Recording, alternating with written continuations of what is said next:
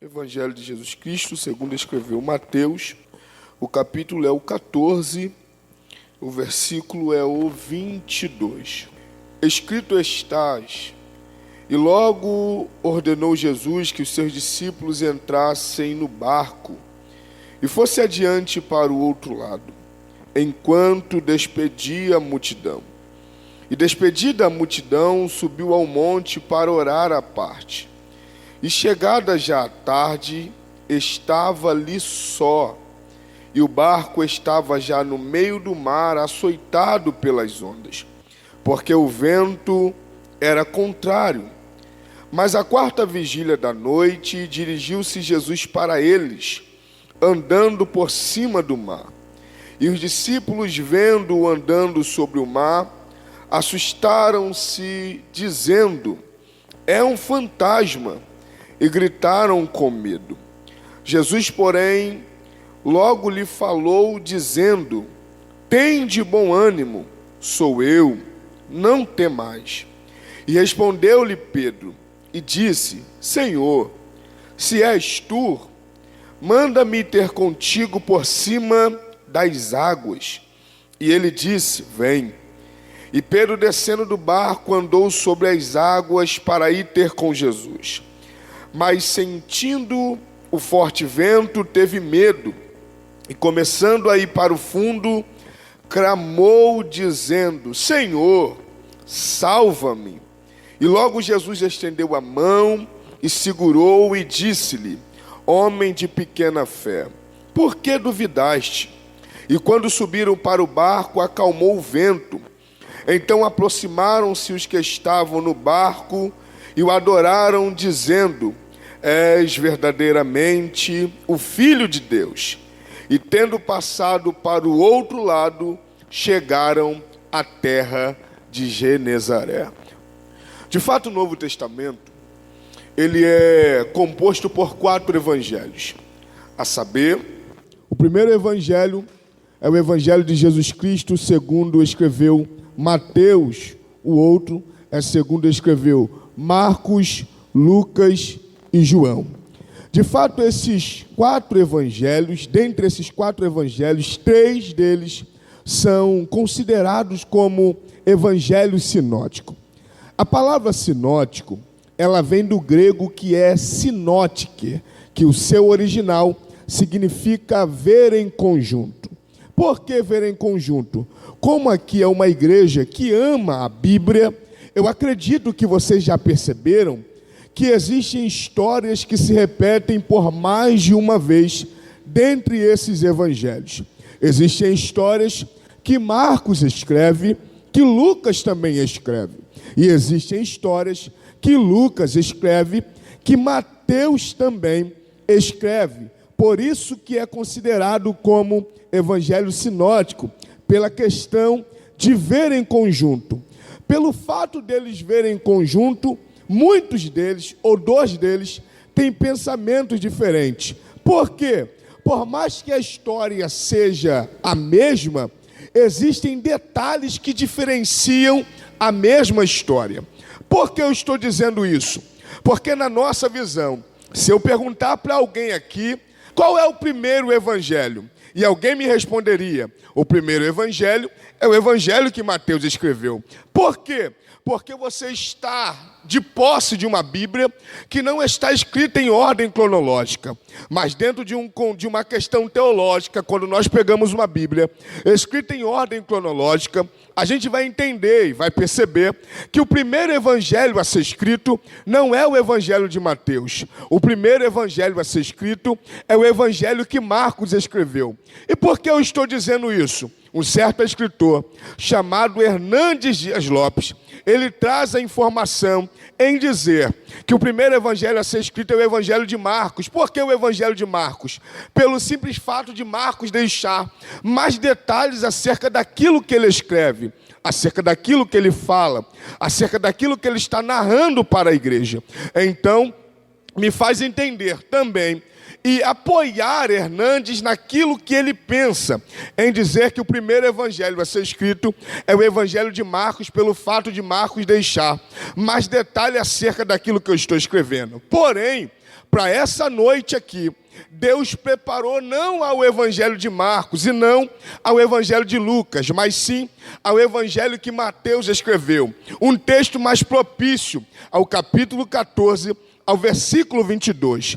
Quando nós lemos o versículo 22, nós vamos perceber que o evangelista Mateus está escrevendo a seguinte frase da seguinte forma: e logo ordenou Jesus. Perceba que aqui é uma ordem, e ordem é diferente de pedir. Por quê? Porque quando nós pedimos algo a alguém, nós deixamos esse alguém o direito de resposta. Como assim? Nós damos a esse alguém o direito de decidir se ele vai fazer ou não. Por quê? Nós estamos pedindo, mas quando nós estamos ordenando algo a alguém, esse alguém não tem direito de resposta. Por quê? É uma ordem, e dentro da ordem, ou faz ou faz. Então é o que Jesus está fazendo. Jesus não está pedindo para que os discípulos entrem no barco. Jesus está dando uma ordem. Por que está dando uma ordem? Jesus está tirando o direito de escolha. É Jesus olhando para os discípulos e dizendo: ou vocês entram no barco, ou vocês entram no barco. Não tem direito de escolha. Isso aqui muito me chama a atenção, gente, porque isso aqui é meio que paliativo com as nossas vidas. Por quê? Porque nós não somos chamados, nós somos escolhidos. Por quê? Porque quem é chamado tem direito de escolha, mas quem é escolhido não tem direito de escolha. Como assim? Ou prega, ou prega, ou canta, ou adora, ou adora. E me prova, eu te provo, e você vai dar um grito de glória. Numa noite como essa, nesse tempo que nós estamos, a nossa carne, o nosso corpo queria estar dentro de casa. Porém, pelo fato de nós sermos escolhidos, nós entendemos que a necessidade de adorar o nome do Senhor é muito maior do que a necessidade da carne. E já que eu estou pregando para alguém que é escolhido aqui, alguém pode confirmar no glória a Deus e no aleluia, porque a necessidade de adorar é muito maior. Então logo me faz entender que a gente perde o direito de escolha quando nós somos escolhidos. E Jesus está olhando para os discípulos e está dizendo: entrem no barco. Irmãos, os discípulos não vão contestar, os discípulos não vão reclamar. A única coisa que os discípulos vão fazer é entrar no barco. Por quê? Porque Jesus deu uma ordem. Mas perceba, os discípulos entram no barco pela ordem de Cristo, mas Jesus não entra. Os discípulos entram porque Jesus mandou, mas Jesus não entra. Por que Jesus não entra? Porque Jesus precisava fazer aquilo que ele iria fazer. Perceba que o capítulo 14, a partir do versículo 1, está se tratando acerca de João Batista. João Batista foi decapitado, João Batista foi morto. João Batista tinha um grau de parentesco com Jesus. E qual era? Primo de Jesus. Então João Batista foi morto, e a notícia da morte de João Batista chega aos ouvidos de Jesus. Quando Jesus recebe essa notícia, a intenção de Jesus é subir um monte para orar. Então o que Jesus vai fazer? Jesus vai entrar numa embarcação, vai colocar os discípulos dentro e vai atravessar o mar. Quando Jesus chega ao destino para subir o monte, tinha uma multidão. Aí o texto vai dizer assim: e Jesus começou a curar, a transformar, a salvar. Gente, isso aqui me chamou muita atenção. Como é que pode? Jesus já estava de luto, mas no luto de Cristo, ele deixa a sua dor de lado para cuidar de alguém. E eu aprendi que isso aqui é evangelho. E o que é evangelho? Quando eu estou sangrando por dentro, eu deixo a minha dor de lado para cuidar da dor de alguém. Aleluia. Quando eu estou ferido por dentro, tem alguém chorando e recebendo isso aqui. Quando eu estou ferido por dentro, eu deixo a minha ferida de lado para cuidar da ferida de alguém. Então Jesus está deixando a sua dor de lado para cuidar da dor da ferida, para salvar, para curar, para libertar. Então, depois desse período que Jesus salva, cura, liberta, ele vai olhar para os discípulos e vai dar ordem. A ordem é: entrem no barco. Por quê? Porque eu vou subir o monte para orar. Perceba que mediante esse turbilhão todo que Jesus já estava enfrentando, o seu foco continuava na oração. E dentre esse tempo para cá, de crise, de pandemia, o céu tem falado comigo. E o que o céu tem falado comigo é que nós não podemos deixar de clamar. É que nós não podemos deixar de orar. Porque dentro de uma crise como essa, quando nós clamamos, quando nós oramos, nós estamos guardados, nós estamos protegidos. Por quê? Porque eu aprendi que aquele que habita no esconderijo do Altíssimo, na sombra do Onipotente, descansará. E tem gente que não entende porque nós estamos aqui hoje. É porque nós estamos no esconderijo do Altíssimo. E quem está no esconderijo do Altíssimo está descansando, não se preocupa com nada, porque sabe que o céu está te guardando. O céu. O céu. Aleluia, eu estou sentindo a presença de Deus aqui. O céu. Jesus, ele vai orar e dar ordem para os discípulos entrar no barco. Quando os discípulos entram no barco, Jesus sobe para o monte. Mas perceba que a trajetória era com o propósito de atravessar, meu pastor. Mas só que o texto vai dizer: e de repente sobreveio ou veio uma tempestade, um forte temporal de vento, que fazia o quê? Que balançava o barco. Ah, como eu quero que tu pegue isso aqui. A tempestade sobreveio aonde? Em direção ao barco. Ah, isso aqui, gente, mexeu comigo. Por quê? Perceba que Jesus dá uma ordem. A ordem de Jesus é para os discípulos entrar no barco. E como é que pode o barco que Jesus deu ordem para os discípulos entrar está sendo assolado pela tempestade? Isso aqui é para mexer com a gente. Mas eu aprendi que o fato de eu ser crente não significa que eu terei ausência de tempestade. Mas também eu fico naquela palavra que Jesus liberou. E qual é? No mundo tereis aflições. Porém, tem de bom ânimo. Oh glória, eu não sei se você pode olhar para alguém, mas libera a palavra para ele. E a palavra é: aguenta, suporta.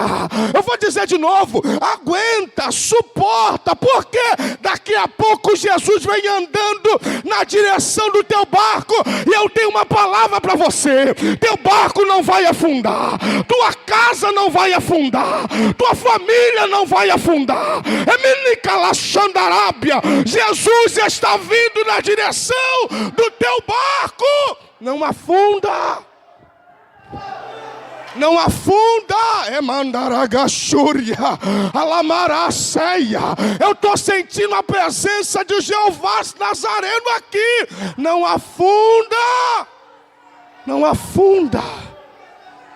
Não afunda. Aleluia. Aleluia, glória. Não afunda. Não afunda.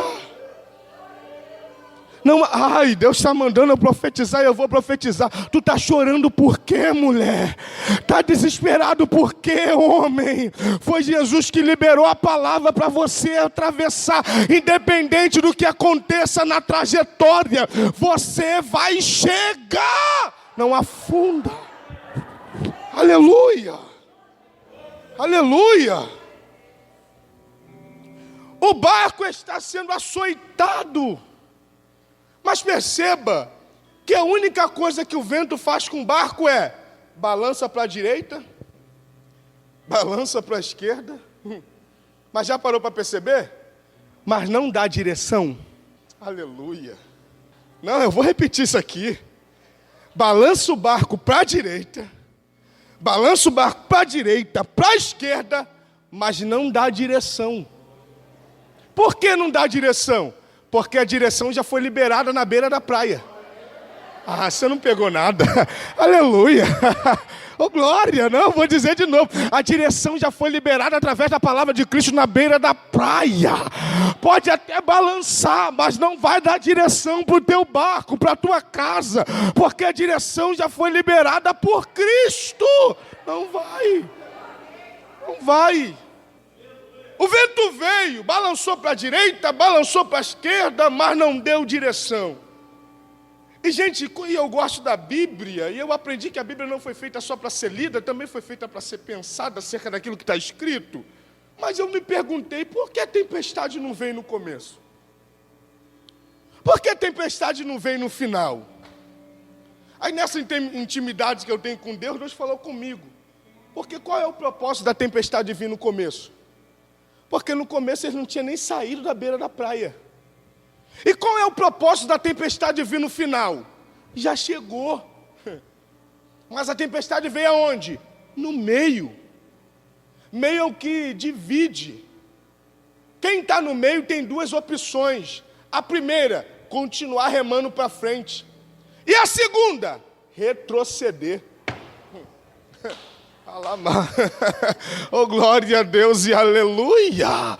Então eu entendo que a tempestade não vem nem no final e muito menos vem no começo. A tempestade vem aonde? No meio. Porque tempestade no meio faz a gente cochear em dois pensamentos: ou continua remando ou retrocede. Mas o meu pensamento é: já que eu cheguei até no meio, a mesma remada que eu dei do começo até o meio é a mesma remada que eu vou dar do meio até o final. Aleluia, a pastora pegou aqui, o pastor entendeu. Então logo eu entendo que não é vantagem retroceder. Eu entendo que é vantagem continuar avançando. Se eu dei 10 remadas até o meio, é uma 10 remadas para chegar até o final. Então eu tenho uma palavra para quem está pensando em parar, para quem está pensando em desistir. Não para, não desista, porque da mesma maneira que você teve potencial para chegar no meio, você terá potencial para chegar no final. Oh, glória a Deus e aleluia! Veio no meio, balançou o barco, não deu direção. E eu me pergunto, e aonde está Jesus? Está no monte. Fazendo o quê? Está orando. Mas só que a introdução de Marcos, não de Mateus, vai deixar um detalhe. Lembra que eu disse aqui que Marcos era muito mais completo naquilo que ele escreve? Aí Marcos diz assim: e vendo-o. Irmão, isso aqui mexeu comigo, gente. Como é que pode? O texto diz que era na quarta vigília da noite. A quarta vigília da noite é de 3 às 6 da manhã. Tempestade. Vento. Se tem tempestade e tem vento, não tem lua. Se não tem lua, não tem iluminação. Se não tem iluminação, como é que Jesus está vendo? Posso liberar uma palavra para quem tem mão para levantar aqui? A palavra é: Jesus não te perdeu de vista. Não, isso aqui merecia um glória a Deus mais forte. Não, eu vou dizer de novo. Jesus não te perdeu de vista. Mas está balançando o barco. Jesus está te vendo. Mas está o vento ao contrário. Jesus está te vendo. Mas a porta fechou. Jesus está te vendo. A crise chegou. Jesus está te vendo. Ele não te perdeu de vista.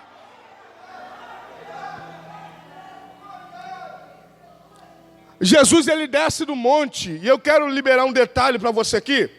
Perceba que não é o discípulo que sai da tempestade e sobe para o monte. É Jesus que desce do monte e entra na tempestade. Por quê? Porque quem sai da tempestade e sobe para o monte está subindo para buscar revestimento.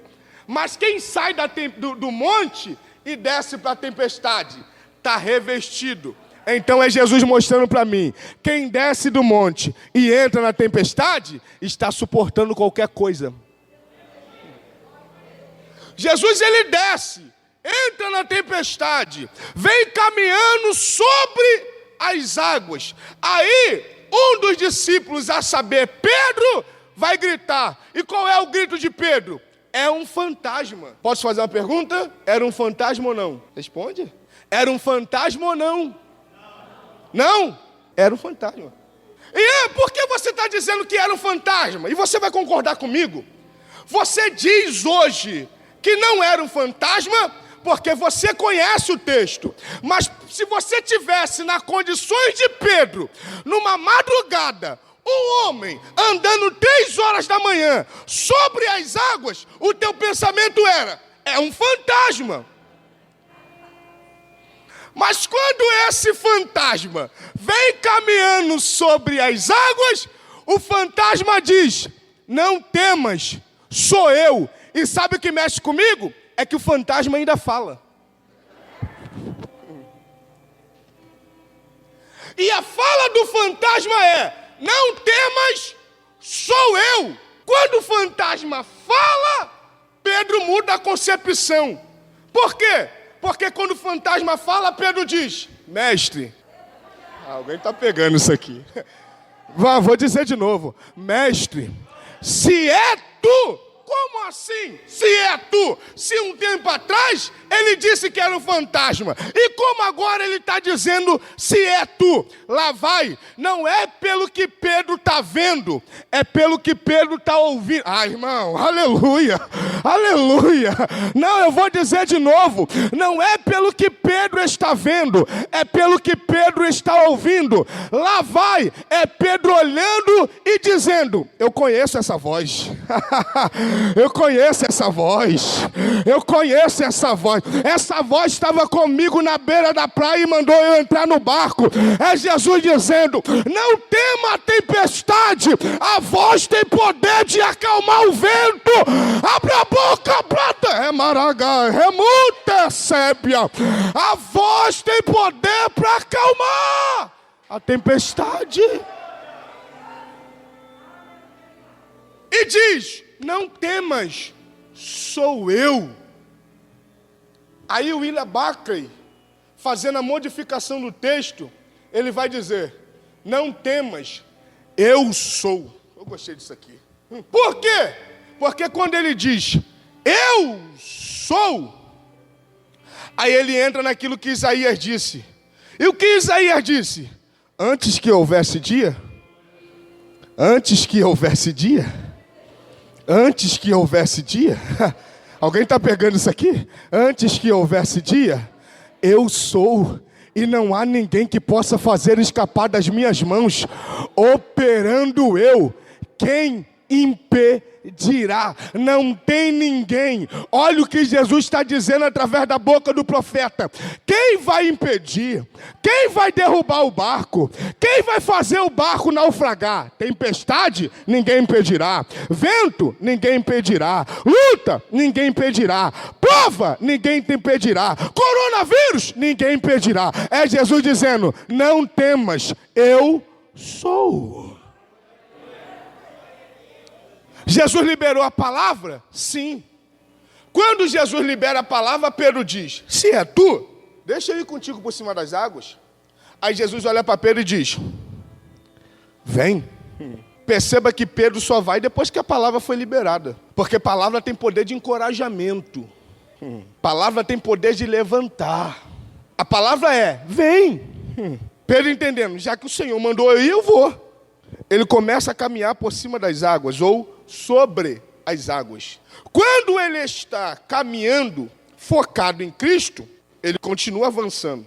Mas quando ele tira o foco e começa a focar no vento e na tempestade, ele começa a afundar. Isso aqui me chamou a atenção, gente. E o quê? Pedro não afunda. Que isso, Ian? Eu sempre ouvi que Pedro afundou. Não, Pedro não afunda. Ele começou. E começar é diferente de afundar. Porque começar é uma coisa, afundar é outra. Porque quando eu afundo, é literal. É dos pés até a cabeça. Mas quando eu começo por onde? Pelos pés. Mas só que não tem nada dizendo que ele afundou totalmente. Mas quando ele começa a afundar, pastor Wagner, o texto vai dizer que ele estende as mãos. E eu gostei disso aqui. Eu gostei disso aqui. Sabe por quê, pastor Alessandra? Ele não espera afundar para estender as mãos. Ai, irmão. Não, eu vou dizer de novo. Ele não espera afundar para estender as mãos. Ele estende as mãos quando ele começa a afundar. Posso liberar uma palavra para alguém? Não espera a casa afundar para estender as mãos. Não espera relacionamento afundar para estender as mãos. Não espera ministério afundar para estender as mãos. Estenda as mãos enquanto está começando. Por quê? Porque no começo Jesus ainda tem poder para te levantar e dizer: enquanto você estiver perto de mim, você não afunda. Enquanto você estiver perto de mim, você não para. Então ele não afundou. Mas por que ele não afundou? Porque ele estava perto. Tem gente que não quer afundar estando longe. Impossível. Mas quando eu estou perto, Jesus estende as mãos. Mas por que Jesus está estendendo as mãos a Pedro quando ele está começando a afundar? Porque nessa questão, Jesus já estava dando uma lição a Pedro. E qual era a lição? Tu lembra do paralítico na Porta Formosa? O paralítico está na porta, em Atos. O paralítico está onde? Na porta. Fazendo o quê? Pedindo esmola. Aí Pedro se aproxima. Quando Pedro se aproxima, Pedro olha para o paralítico e diz: eu não tenho prata. Eu não tenho ouro. Mas o que eu tenho, eu te dou. O quê? A lição que eu aprendi com Cristo na tempestade. E o que eu aprendi com Cristo? Estender as mãos para quem está caído. Posso liberar uma palavra para alguém aqui? Se Jesus estendeu as mãos para você ontem, hoje é dia de você estender as mãos para quem está caído. Não, olha para alguém que está do teu lado, vamos interagir e diga para ele: se depender de mim, caído você não fica. Não, tá fraco, diga para ele: se depender de mim, caído você não fica. Se depender de mim, parado você não fica. Por quê, Ian? Porque o cordão de 3 dobras é mais difícil de se arrebentar. Se depender de mim, parado você não fica. Não fica. Não fica. Não fica. Então Jesus estende as mãos, e quando Jesus estende as mãos, Jesus pega ele e coloca ele aonde? Dentro do barco. Mas perceba que agora quando Jesus, meus amigos, meus pastores, coloca ele dentro do barco, Jesus entra junto. Primeiro Jesus só dá uma ordem para eles entrar, e depois Jesus entra junto. Por quê? Porque Jesus entendia: se eu não entrar no barco, eles não chegam aonde eu falei que iria chegar. Posso liberar uma palavra? Eles só chegam aonde Jesus mandou chegar porque Jesus entrou no barco. Mas eu sou inteligente. Se Jesus não entrar no barco, você não chega. Mas eu sou influente. Se Jesus não entrar no barco, você não chega. Mas eu tenho conhecimento. Se Jesus não entrar no barco, você não chega. Oh, glória a Deus e aleluia. Jesus entra, a irmã lá atrás pegou. Jesus entra no barco. E quando Jesus entra no barco, eles olham um para o outro e diz: agora eu sei que és verdadeiramente o Filho de Deus. É aqui que mexeu comigo. Porque eles estão dizendo que agora eles sabem. O que me fez entender é: se agora eles sabem, é porque eles já tiveram uma experiência. E aonde está essa experiência? Evangelho que Marcos escreveu, capítulo 4, versículo 35 em diante. Lá vai. É a primeira tempestade. A primeira tempestade não é de 14, 22. A primeira tempestade é de Marcos 4, 35. Por quê? Porque Marcos foi o primeiro evangelho a ser escrito. Então, se Marcos é o primeiro evangelho a ser escrito, tudo o que acontece em Marcos, acontece primeiro. Quando eles enfrentam a tempestade que Marcos relata, no final dos versículos, eles olham um para o outro quando Jesus acalma a tempestade e diz: mas quem é esse que até o vento e o mar lhe obedecem? Perceba que é uma pergunta. Eles estão um perguntando para o outro e dizendo: quem é esse? Posso liberar uma palavra? Andava com Jesus, mas não sabia quem era Jesus. Comia com Jesus, mas não sabia quem era Jesus. Via Jesus fazendo milagre, mas ainda não sabia quem era Jesus. Então Jesus, pensamento é: eu preciso armar uma ocasião, uma questão, para quê? Para que eles de fato possam saber quem sou eu. Aí é onde Jesus vai lá e deixa acontecer mais uma tempestade. Quando Jesus entra no barco, Mateus 14, 26 em diante, aí eles olham para Jesus e dizem: agora eu sei que verdadeiramente és filho de Deus. 4,35 eles estão dizendo: quem é esse? 14, 22 eles dizem: agora eu sei. Posso liberar uma palavra para a tua vida? Jesus vai até formar ocasiões. Para quê? Para que ele possa se revelar a você e possa de fato mostrar para você quem ele é. Mas espera aí, tem dia que ele é conselheiro, sim. Mas tem dia que ele é pai da eternidade, sim. Tem dia que ele é príncipe da paz, sim. Mas tem dia que ele é Jeová de Sabaote, Senhor dos exércitos, sim. Tem dia que ele salva, sim. Mas tem dia que ele cura. Aleluia, já era para tu estar adorando. Tem dia que ele liberta, sim. Mas tem dia que ele transforma. Aleluia. Tem dia que ele restaura, sim. Mas tem dia que ele cura. Posso liberar uma palavra para a tua vida? Esse Jesus está presente no nosso meio e está perguntando para alguém aqui nessa noite: o que queres que eu te faça? Aleluia! Eu estou pregando para alguém que vai sair daqui de uma maneira totalmente diferente. Quando você colocar o pé na rua onde você mora, o adversário da tua alma, da tua casa, vai ter que bater em retirada. Por quê? Você vai sair daqui revestido, revestido, revestido. Abre a boca quem acredita para adorar. Revestido. Jesus entrou? Entrou. Quando Jesus entra, o texto diz: e chegaram do outro lado, ou em Genezaré. E eu gostei disso aqui, porque quando Jesus entra, é aí que eles chegam. Vou liberar de novo. Quando Jesus entra, é aí que eles chegam. Isso aqui me fez entender uma coisa. O quê? Quando Jesus entra no meu barco, eu chego aonde ninguém chegou. Pastor Wagner, é isso que tem gente que não consegue entender. O quê? Que você está chegando aonde ninguém da tua casa chegou. Eu vou profetizar mesmo, porque Deus já me deu ordem para falar, então lá vai. Você vai entrar onde ninguém da tua casa entrou. Aleluia. E se tiver jovem aqui, pega. Você vai fazer a faculdade que ninguém fez. Você vai alcançar o que ninguém alcançou. Você vai receber o que ninguém recebeu. Por quê? Porque Jesus já entrou no teu barco. Glória a Deus e aleluia. A palavra profética para a tua vida é que quando você clama a Deus, Deus faz por você o que Ele ainda não fez por ninguém. Oh, glória a Deus e aleluia.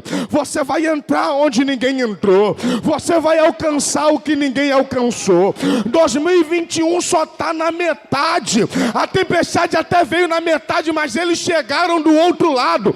Você vai romper esse ano. A sua casa vai romper. A tua família vai romper. Eu quero profetizar: a enfermidade não vai assolar a sua casa. Desemprego não vai assolar a sua casa. O vírus não vai chegar na sua... Eu quero profetizar aqui porque o céu já me deu ordem. Deus está entrando na sua guerra e a palavra é: nessa peleja você não terá que pelejar, parar e ver de um livramento. Oh, tem livramento nessa noite. Tem livramento nessa noite. Tem livramento para tua casa. Deus, Ele vai te encher como Ele nunca te encheu. Você vai sair daqui hoje renovado. Você vai sair daqui cheio, querendo o adversário ou não. Você vai sair daqui cheio. Cheio. Isso. Continue adorando a Deus. Continue adorando a Deus. Expresse, libera adoração. Se te der vontade de chorar, chore. Se te der vontade de correr, corra. Se te der vontade de bater palma, bata. Se tiver vontade de pular, pule. Mas não deixe de adorar. Libera adoração. Parece que o céu está aqui, ó, na ponta da cabeça. Tem uma glória aqui. E sem hipocrisia alguma, eu estou sentindo o que eu nunca senti aqui hoje. Não é de hoje que eu prego, não é de hoje. Mas o que eu estou sentindo aqui eu nunca senti. O que Deus está fazendo aqui Ele nunca fez.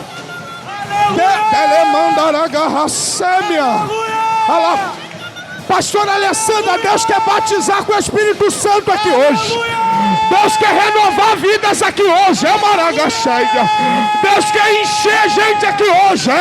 Dá lugar, dá lugar, dá lugar, dá lugar, dá lugar, dá lugar, dá lugar. Isso, vamos.